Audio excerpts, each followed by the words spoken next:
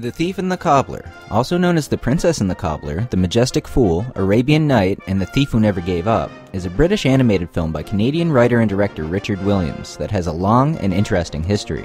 Legend has it that Williams began work on the project in 1964, and it struggled for many years while he was working on various other film and television projects to attempt to fund it. Over the years, this project passed many hands as it grew and became more and more ambitious, with Williams eventually stating he wanted to create the best animated film of all time. While the film misses that mark, it does hold some interest as the record holder for the longest production period of a motion picture of all time, lasting from 1964 to 1995, 31 years. It's also the last film appearance of the horror legend Vincent Price, although his dialogue was recorded decades before, so this film has made a mark on history, even if not in the way that it was intended. The footage used in this review is from the fan-made recobbled cut by Garrett Gilchrist, which was an attempt at creating a more complete version of this film with authorial intention in mind. If you're going to check it out, I would suggest this version as it's the most complete and least butchered version of the film to my understanding. I'll put an annotation to it up in the top left at the end of the video. Visually, this is a very interesting film. Quite a few sequences stand out, and you can see there was a clear attempt made at being something great. But by the time this saw release in 1995, we were already firmly in Disney's grasp, and this was seen as more of a cash-in on the then-booming Aladdin franchise.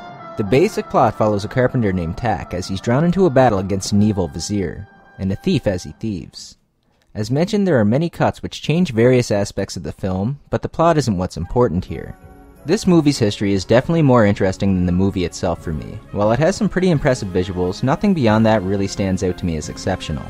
Had this come out in the 60s, 70s, or even 80s, I could see this film having a much stronger cultural impact. But as it is, it's just kind of an oddity that's an interesting footnote in animation history. I'm hesitant to suggest this one unless you're a huge film nerd, Vincent Price fan, or are interested in the history of animation. I happen to be all three, so I want to thank Jamie Stone for pointing this film out to me. If you have anything you'd like me to take a look at, hit me up on any of the social networks I frequent, and maybe I'll take your suggestion. If you want to force me to look at a certain material, that's one of the rewards that I have set up on my Patreon page. Just keep in mind, if you pick something really good that I can sink my teeth into like this, it might take some time. Sorry about that, Jamie. At least it didn't take 31 years. So those are my thoughts on The Thief and the Cobbler, a film with a backstory more interesting than the film itself. Once again, this was Fade Dragontier. Thanks for watching. Peace out.